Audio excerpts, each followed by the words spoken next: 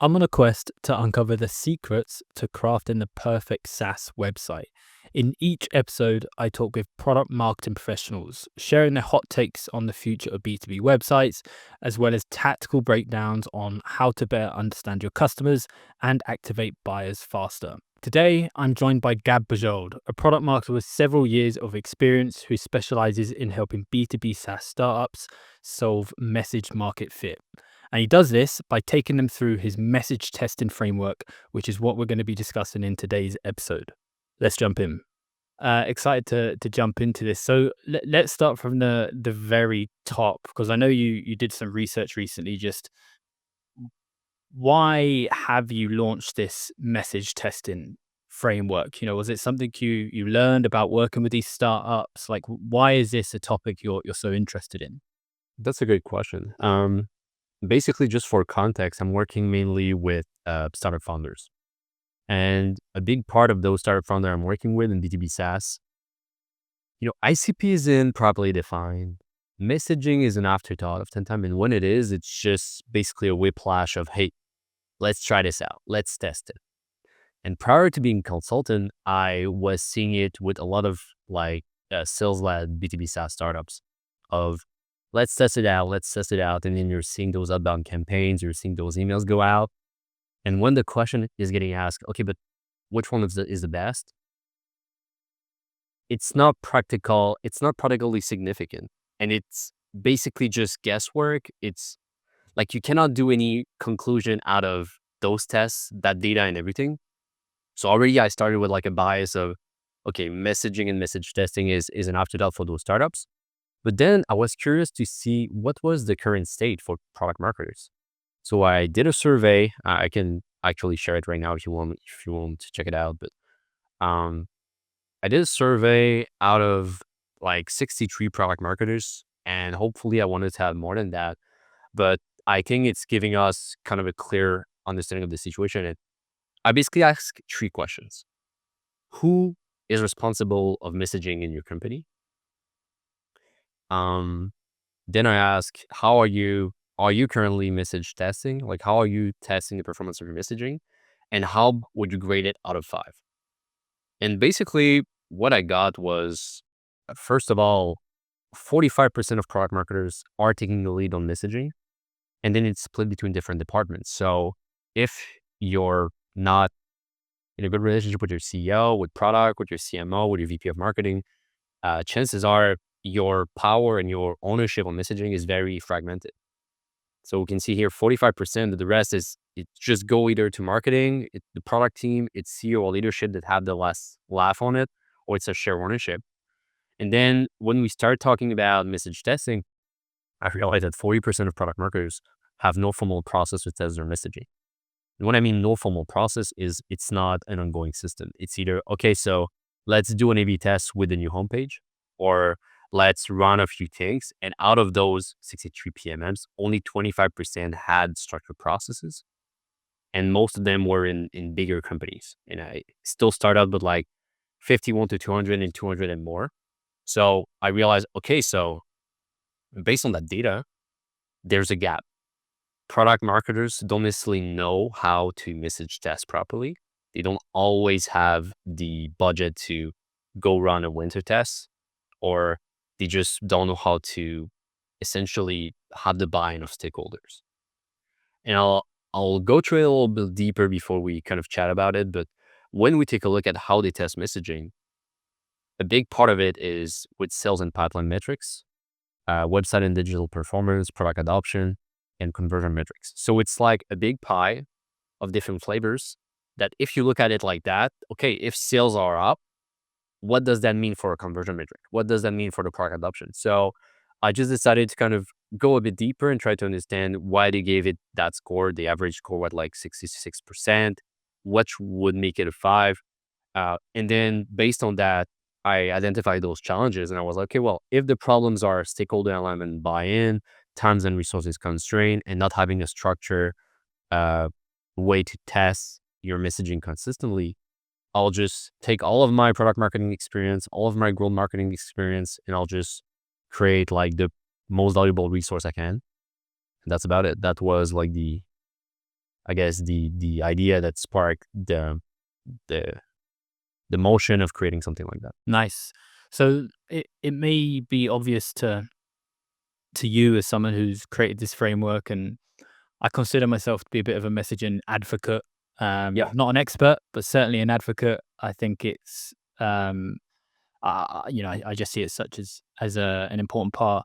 But what is the argument for message testing? Like, what are the benefits, and why should people even like care about that? Because clearly there's a lack of adoption for message testing. And so why do you think PMMs or founders or whoever else is controlling this? Why do you think they should do it? Yeah, that's a good question, and I'll steal an example, a metaphor from Pepleha from Winter. He said, "Imagine going to a sales meeting, and all of the webcams are off of the people you're pitching your solution, and they are on mute. So all you do is just you talking in front of those webcams, and you don't know the reaction. You don't know what they're saying, how they're reacting with their faces and everything. This is what's happening when you don't message test, because there's a gap, and you are basically throwing money at something and hoping it works. So that's kind of like a big, interesting metaphor for that. But Yeah. also, it's the fact that I heard about a company recently that is spending millions in paid ads. And the amount of qualifier opportunities they're getting out of it is crazy. Like the average acquisition cost is like out of this world. It doesn't make sense at all for a startup of this size. This is something that isn't isolated. A lot of those companies, when you're starting, you're doing outbound, you're trying to support your pipeline with one or two different marketing channels. When you're started, when the ICP is well defined, message testing should be the top of your priority, because messaging isn't a set it and forget it motion, as you know. Like we cannot just say, oh, okay, messaging is done, cool. The market won't change for the next 5 years. Let's cross our arms and hoping for the best, right? Everything is changing, and this is where the notion of message markets did come in. It's a moving target. When you have a signal or a trigger that your messaging needs to be improved, it's usually because your positioning isn't convincing enough or people are not understanding it. And Mm. it's the sole foundation of everything. Your business objective, your roadmap, and your positioning are all aligned together. So if one of those is less strong or weak, it's basically putting you to a lot of huge mistakes and potentially a lot of revenue pitfalls that can happen. Got it. Yeah. Okay. So I guess, but before we jump into it, we'll get into the framework. Um, when kind of two questions. I'll start with the first one, and maybe you don't have a bias here or a preference. But do you think startups should test messaging on any specific channel? Like, let's say they can't focus on all channels, strapped for resources, as you know, every company is. Do you think there's any? Would you prioritize any given like channel to test messaging, or are you just channel agnostic and it's like just whatever your primary channel is? Like, do you have any preference or biases towards specific channels? Yeah, that's a good question. I mean, this framework works well with the go-to-market motion of sales led, because outbound, as you know, it's accessible. You can run a lot of volume, you can play a lot with it. It's basically like your copy of your emails are coming from your messaging documentation. Uh, always say that it needs to be a good alignment internally. So if you have channels that you're currently using, it's best to just concentrate the effort towards it. But the way I'm kind of approaching it, and we'll go to it deeper together, the way I'm kind of approaching it is it's basically a 2-week process of stress testing. So we try to make things work together into let's try to get a conversion uplift from an uplift objective. And during those 2 weeks, what you're trying to do is, hey, let's align sales and marketing together. Let's just push a lot of that messaging hypothesis that we formed. And then afterward, once we have or we don't have those uplift objective achieved, we can use that to do more long-term qualitative testing. So testing messaging is basically a way to testing your positioning because this is supported by your messaging. If we want to take a look at the data, the quantitative data, it's more towards the realm of copy testing. And it doesn't mean that it's a problem. It's just that you will basically use those 2 weeks to concentrate the effort together and then validating it in a more long-term interviews, surveys, sales objective and everything. Sweet. Sounds good. All right. I'm excited to jump into it. Cool. Super. Yeah, the first thing I kind of want to tackle with you is you cannot test your messaging if you don't have the right foundation. So what I mean by that, and I'll share my screen in a second. What I mean by that is, if I go to my boss, okay, I'm a PMM, I go to my boss and I'm like, okay, I want to change our positioning. I want to change our messaging, and you don't have like a cause or something. It's becoming a game of, well, how strong is your influence right now? And I'm sure a lot of PMMs that are listening might be struggling with this, right? If you're not solving an urgent problem, if your ICP is super vague, if you have no research or no ideas, if you don't have a core messaging document, message testing is like the last step you should think about because you need to kind of fix those early foundation. However, message testing can be like a good segue for you to say, hey, let's work on this. And because those foundation are not strong enough, we need to test it and then use that to go further. So the first step to me is always try to figure out if your messaging needs improvement. If you start with basically reasons why your messaging needs to be improved, you can come in with a committee. And again, I know messaging by committee is a kind of a red flag, but you can come in and be, hey, we have a problem right now. This is my hypothesis on that problem. And I think this is costing us a lot of revenue that could be a low-hanging fruit for us. So it can be lagging indicators, low win rate with high traffic, poor leads to opportunity conversion, prospect that are misunderstanding your value prop. And then you can also have stuff with your product team. But ultimately, there's a bunch of ways to improve your messaging. Well, to find signals, you need to improve it. So one of my favorite one is you work with sales or you get on sales calls with a product marketer, which I highly recommend. And you just ask this question to prospect. In what category would you put a product? That's it. You just ask about it because the category is bringing the market context of your positioning, right? Am I buying an interactive demo or am I buying a CRM? All of this, what are you trying to push in your category, whether you're associating to a sub one or whatever, you need to kind of ask this question. If someone is telling you, oh, you guys are a database, right? Well, we're more of a data warehouse. Like, it doesn't matter. You don't even have to keep the conversation going in that direction. All you need to do is jot down and then take a look at, well, are people understanding right now based on all of those arrays of calls? If we're in the right category, if not, again, your positioning might need work, hence your messaging. AI, right? The buzzword of the year. There's a lot of way on how you can, for example, run a competitive analysis with AI. So on the framework, there's a deep research prompt I added here that you add your competitors, your industry, key features of differentiation, and then it will give you a lot of output that you can then use of saying, okay, well, based on what we're understanding right now, we might have a positioning gap would translate into a messaging problem. You can also mine product social review. So this is something that we don't always think about, but Reddit, G2, or a feedback source, you can use Perplexity Deep Research to just get a lot of those information out of the door, and then use that to create your messaging hypothesis. So I'll just take a pause here because I said a lot. Don't know if you have follow-up question on what I said, or if we can go with what I mean by messaging hypothesis.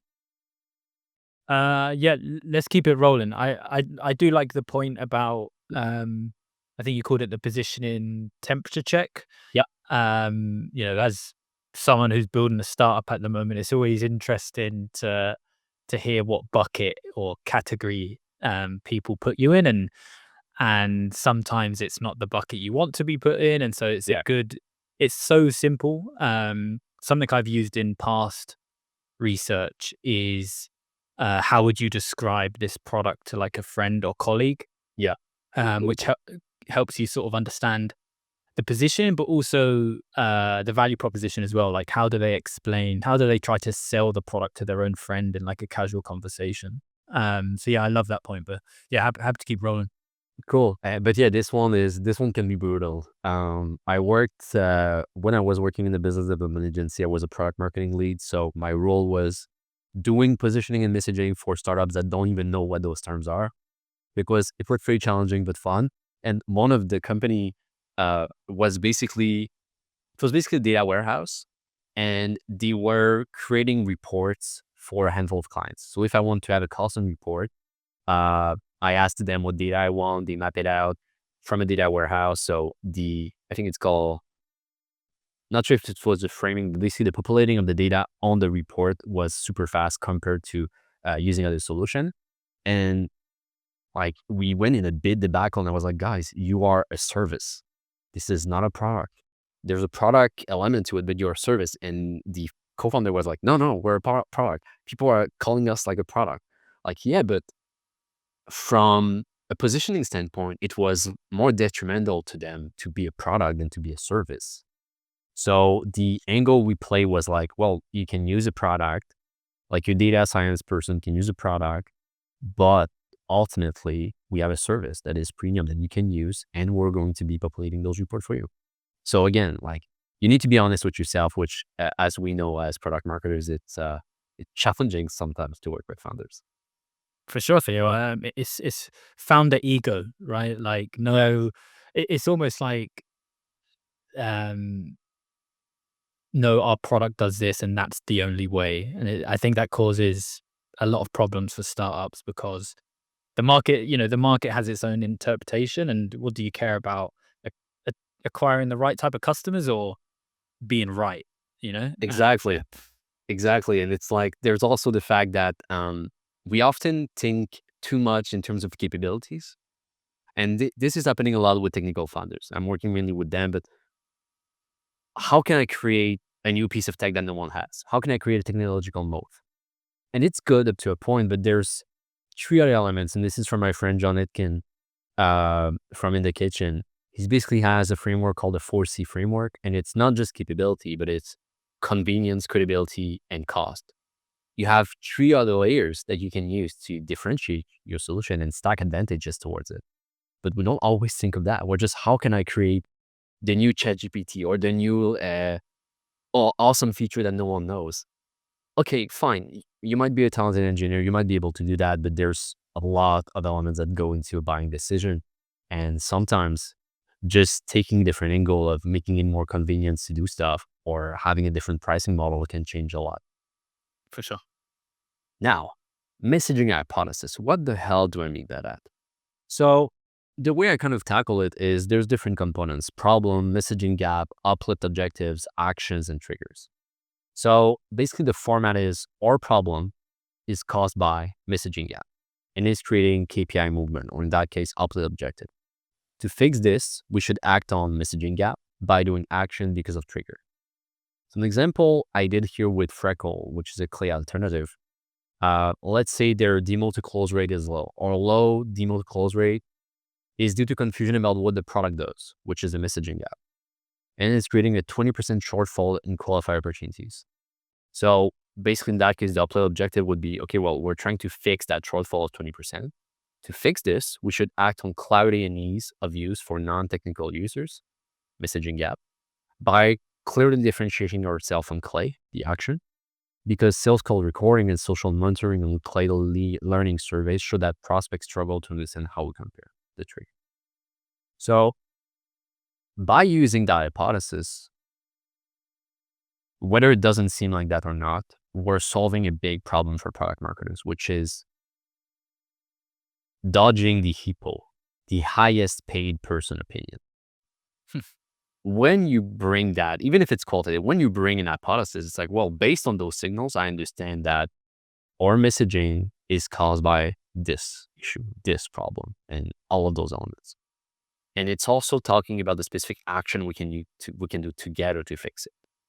So in that case, when we talk about confusion to what the product does, and we'll talk about it later, but I created a resource called the Message Market Fit Scorecard. And there's basically 5 different pillars of messaging. And the messaging gap in that case should be linked to those pillars. So whether it's ICP alignment, clarity, emotion, consistency, and uh,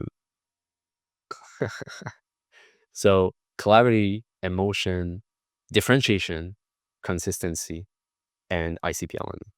So based on the signal, based on the discussion you have internally, you're able to create that hypothesis, and then you are able to create that committee, which is I call it the messaging by minimum viable messaging team.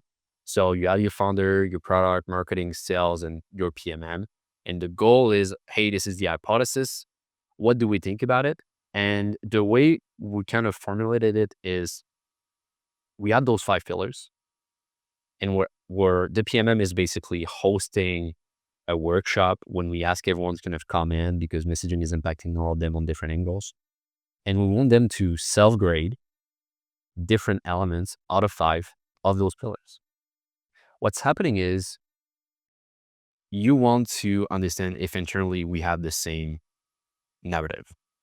If the founder thinks it's 5 all across the board, but product marketing and sales are not thinking that way, how can we, in a logical sense, be relevant to our prospects and our market if we're not even on the same wavelength internally, right? So that's the idea. The idea is let's trust data. It's to bring that narrative of I'm not the highest paid person here, but for the next quarter, let me cook. Let me do my stuff.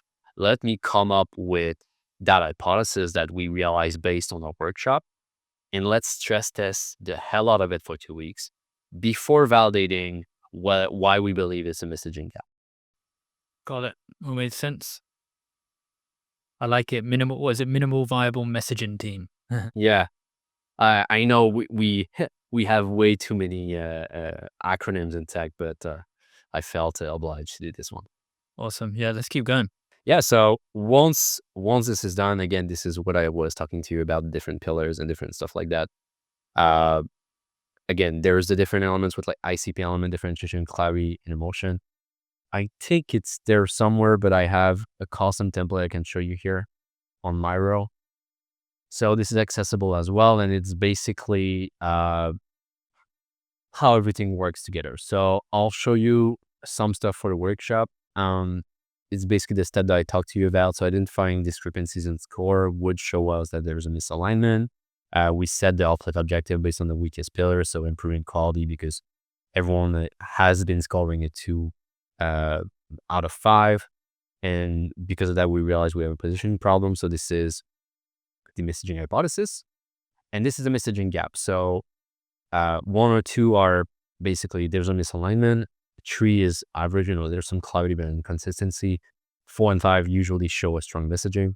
And what I did is I basically is showing you the different scores. So this is example on how people would frame those. So you probably heard a lot of, our solution is good for all B2B tech company in North America. You're like, all right.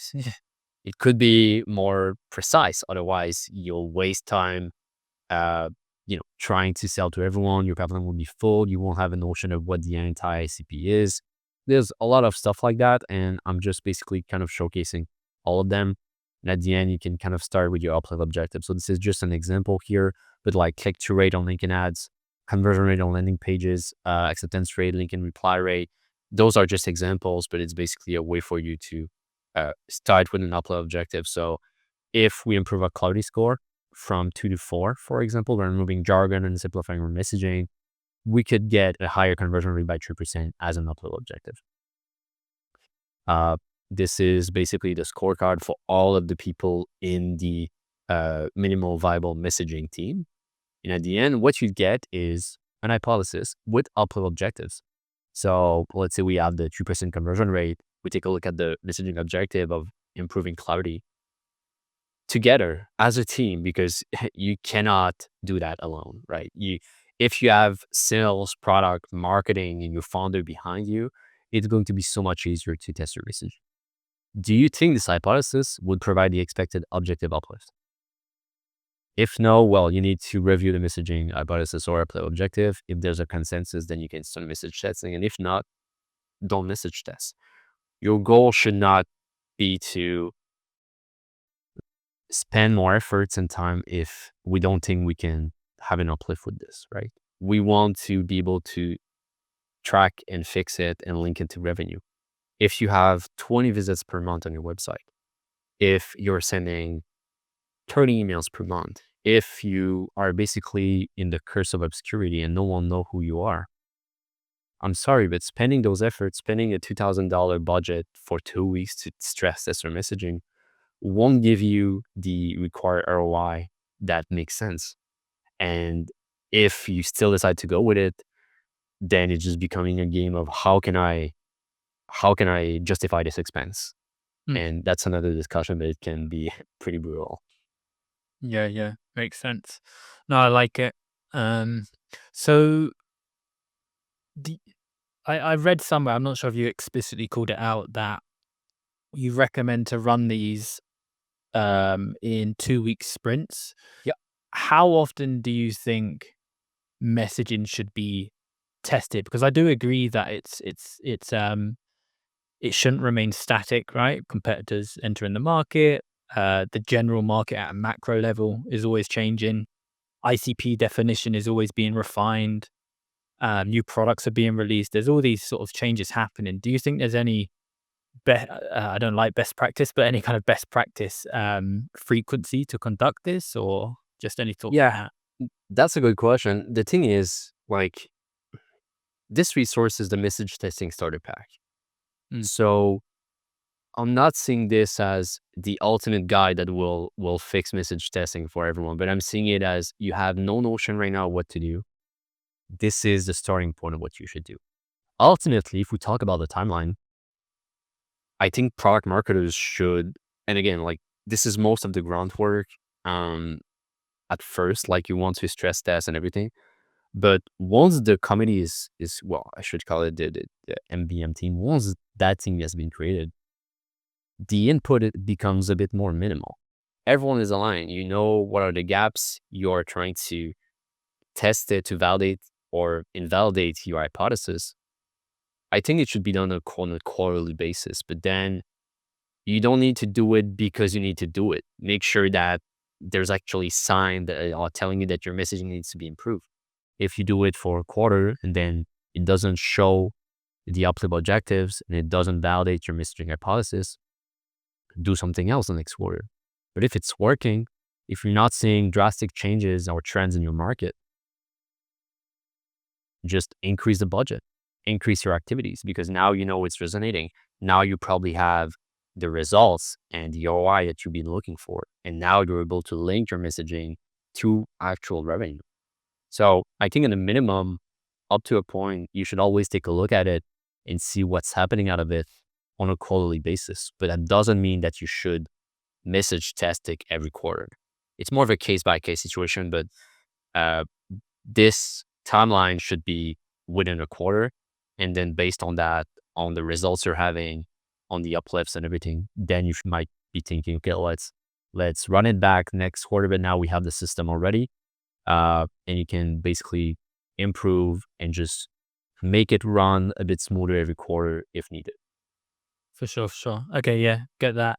So like, uh, I spoke with someone at like I guess a fairly large startup, maybe a few hundred employees, and they said every quarter is typically where they report on messaging. Director of Yeah. product marketing manages it, collaborates with demand gen, content, and they align on and measure the impact of messaging. But for the actual testing, I agree.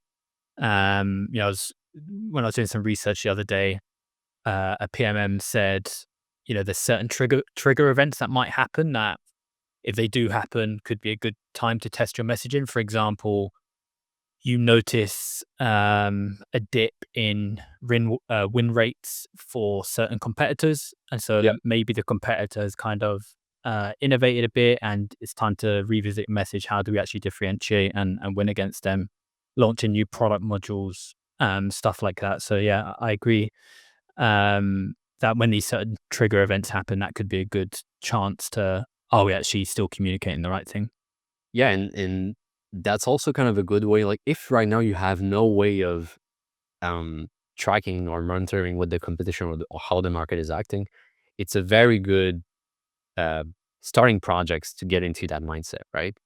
Um, and you can be more proactive as well. Hey, we saw that the competition did this. It's a trigger event. Let's run something by it. Or for example, I did it with one of my clients in the health, uh, the HR tech space. Um, a competitor actually launched like an updated version of their product, and it was like the perfect moment for us to tweak the positioning on the convenience and cost aspect that I talked to earlier. So those companies are usually selling to enterprise, and they are basically helping with mental health benefits. So when we did is we decided to run a specific offer where you're charging only by the people that are actually um, using those benefits. So instead of being stuck in a 2, 3 years contract and paying like a lot of money for that and having those benefit managers trying to justify those expenses. So, hey, we have paid for it. Now we're trying to increase utilization. It's becoming a game of we can try it out with a bunch of employees, showing the ROI directly because we're only paying for those, and then increasing the number of headcounts that are getting access to this. And again, we're still working on that, but the timing could not have been more perfect because that competitor is charging 2, 3x, but the convenience and cost isn't there at all. And the industry is still struggling with that. So it's just a way of being, okay, cool. And we're using exactly the same framework I talked to you about. Like we're having a dedicated landing page with a specific angle. So if you talk about the fact that clarity is the gap here, now what we're doing is we're testing different angles. So it can be pain driven, benefit driven, product driven. And this is when the copy kind of go into play. And now we can identify, okay, well, those different angles, those different test angles, are we seeing the uplift based on what we talked about? But all of this is coming from our messaging pillar, which in that case was a clarity part. Got it. Yeah. So tying it back to the pillar, I think that's important. I think, I guess, I see it particularly of early stage startups is they sort of begin with copy that what they put on their channel, whether it be email, website, social, isn't actually based on messaging. And so there's never that like feedback loop of like Yeah. linking it back to a core, like a pillar or a value proposition. So yeah, I think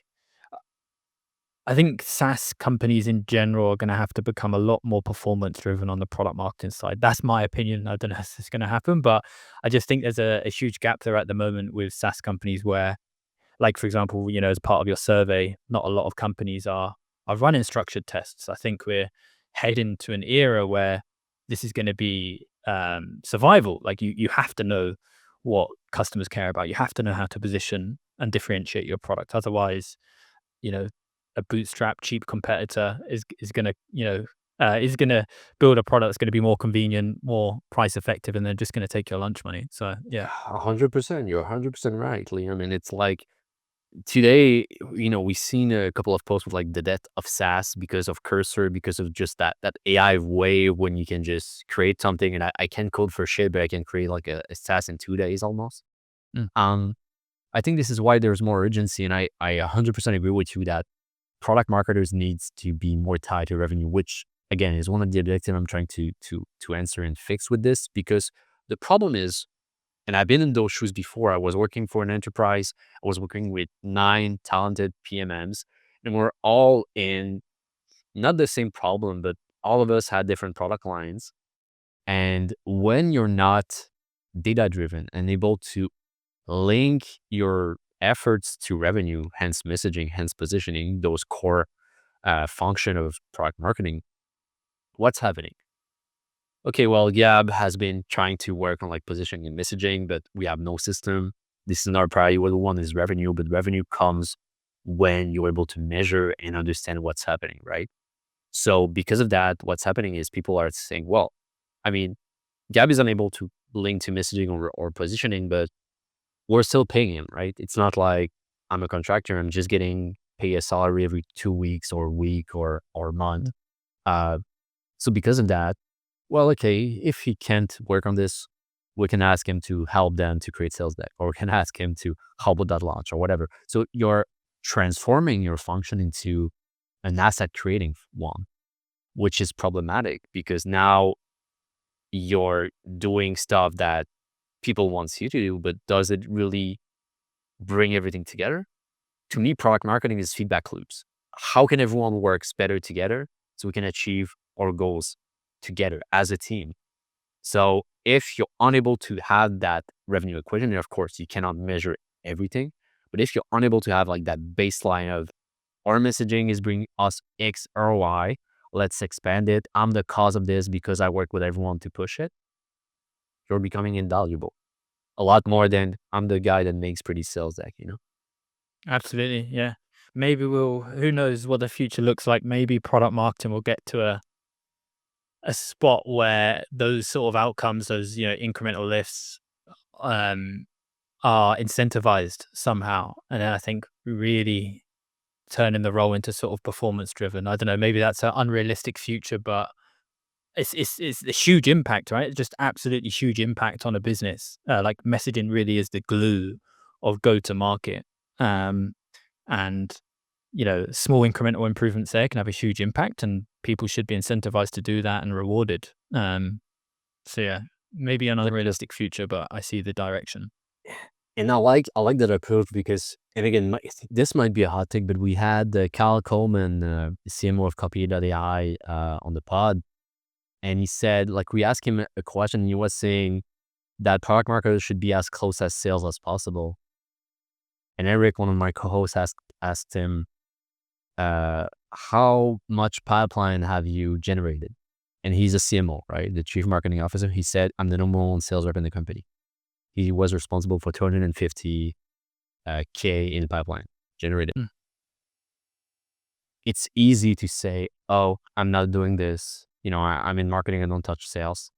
But I feel if there's a role that should at least embrace it and be uncomfortable with sales and that can be ultra successful with it, it's PMMs. Like, to me, a great PMM is someone who isn't scared of jumping in on the sales calls with a rep and making them learn something on the way they're talking about a product, on the Mm. outcomes they can bring to it. Like, it should be that. The position, the messaging as much as possible. Your goal is to come in and be like, okay, well, we believe, if we take back the mental health example, we believe that enterprise and global companies should have access, like all employees should have access to unlimited mental health that is covered with their in-network providers in the US. Oh, okay, I don't really believe in that. Okay, cool, you're not a fit. Mm. If you don't believe into our positioning, into the way that we're thinking, why would I try to convince you that our product is good for you? You always see it as an expense versus something that is necessary. And if a product marketer is able to jump on calls and have exactly what they've been writing and dropping on those drives, why wouldn't you not follow that person lead? If I'm a top sales rep and I'm seeing Gab, the PMM, who never really sold something in his life, coming in and crushing it with like the approach that he's been working on. Hey, this is working. This is a proof that this is working. Why would I not follow this guy lead? Mm, mm, mm. Yeah, absolutely. Um, did you have anything else to walk through, or should we wrap it up there? I think we can wrap up. Like, basically, this is a good kind of a little candy of what I worked on. But the last thing I would add is, because this is the quest to the perfect SaaS website, a big part of those tests to me is the behavioral analysis. So having Agile or Microsoft Clarity in those pages that you want to bring that traffic in with those different channels is key, because if people are looking at specific text that you have on your website, if there's drop-off points, if there's replays at different spot, if there's quit back or rage quits, all of that will give you a semblance of understanding of what's happening. And this is, up to a point, this is qualitative. It can give you a lot of interesting angles, and then it will either reinforce or invalidate your messaging hypothesis. But once you have that, and once you're able to validate that this is linked to your ICP, this is when you're getting the money worth. This is when you're able to come in with like, hey, I went with all those angles. This is not something that is half baked. That's the direction we're taking, and you're just creating a lot more influence internally by doing so. Sweet. All right. Cheers. Appreciate you running through that. And I heard through the grapevine there might be a solution that helps people measure quantitatively on their website what buyers are resonating with as well. But I heard about the technology well. I didn't just some whispers. All right. Cheers, Gab. Thank you, man. Cheers.